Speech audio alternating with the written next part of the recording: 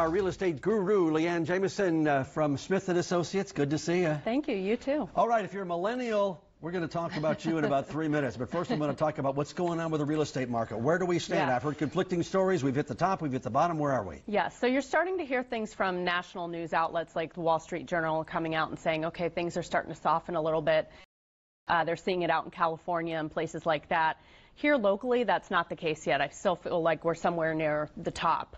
But you know, typically recessions come in 7 to 12 year periods, and we're at about the 10-year mark. So we're due in the next few years. You know, hopefully we won't see any kind of crash, but things may soften a little. So one of the markers that we often talk about is how much supply is on hand. Where are we that number? We're at 2.8 months of inventory, which is extremely low. It's still extremely a seller's market here. You know, nationally, home sales dropped about 0.6% this month for the third month in a row, which doesn't sound like a whole lot. The reason that it's dropping, though, I feel like is because the inventory is so low, and that's happening nationally too. So it's, you know, there's a mismatch between inventory and affordability. So hot market, 200 to 400, is that still where we have a... Yes, 150 even to 400, it's very hot. We're seeing, so from 150 to 200, we're up 15% in sales over last year.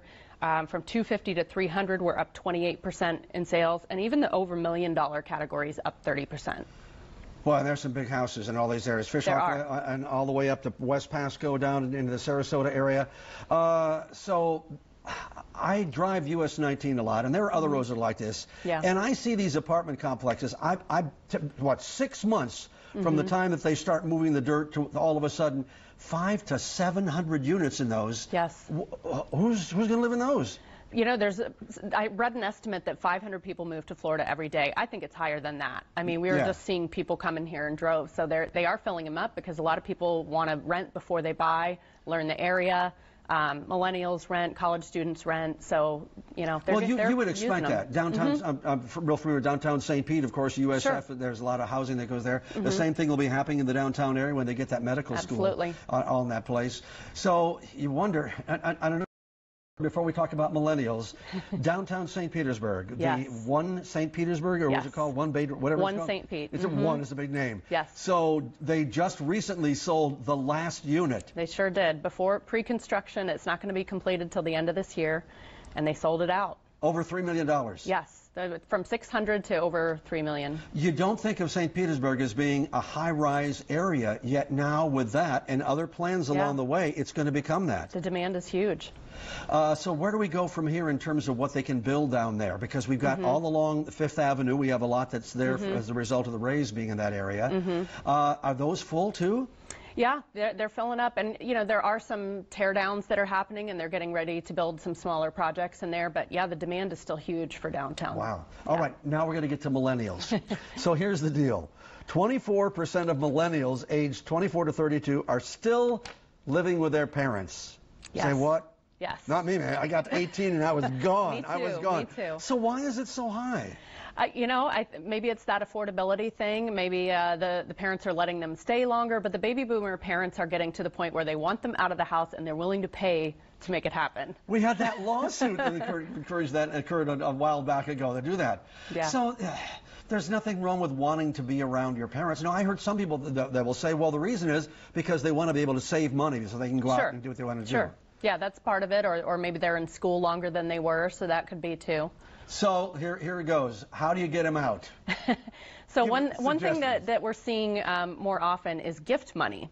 So when a parent or loved one donates money to the child or to the millennial for their down payment, that's called gift money. But there's a very specific way it has to be documented to be able to be used for a down payment on a house, and a lot of that depends on the type of loan that they're getting. The banks require that more than anything else. Yes, the bank wants that if you're loaning your child money, that it's or you're giving your child money, that it is a gift and not a loan, that it's not having to be repaid. Right. Yes. And which is different than what something's called gift of equity, when if you have a property and then you gift it to a child, that a certain percentage of that they call the equity, which again, as our family, we just walked through something like that. Yes. So are millennials more likely to stay in their homes in the South, in the North, or is this just all the way across the board? Nationally. That's a national statistic. Yeah. So if the gifting is one idea, any other ideas about how to get them out?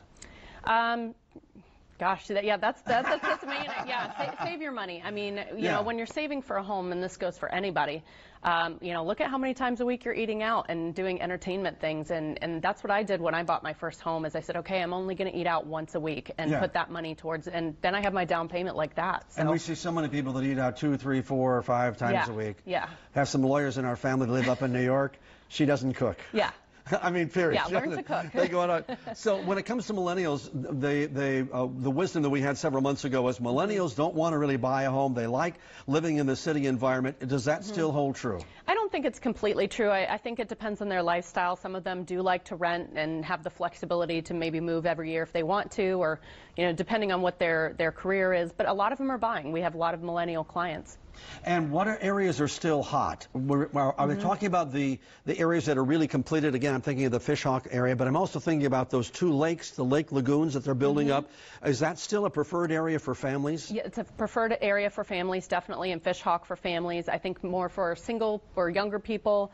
South Tampa, downtown St. Pete, downtown Tampa, those are hot areas. The Heights. Seminole Heights. They're still good. Yeah. And when we see more development in the downtown Tampa area, and specifically, St. Pete, they're going to start dealing with height restrictions, those kind of things. When we see more of that in the downtown area, where will the price increases come from? Mostly the rentals that are down there already? Because I'm thinking of when the medical school opens up and those kind of things. Yeah, I think rental prices are going up. I think you're going to see some new high-rise condos coming along Bayshore Boulevard and through downtown Tampa, and those are going to be luxury and, you know, doctors coming into the market. And while I've got you here, last question. Best way to go, 15-year, 30-year? 15-year, if you can do it. Lower interest rate. It's worth it. Absolutely. Yeah, but you like that smaller amount of money. No. Sometimes it's not a huge difference. You have to really weigh it out. All right, Liane Jamason, thank you so much. Good luck to you selling all those houses.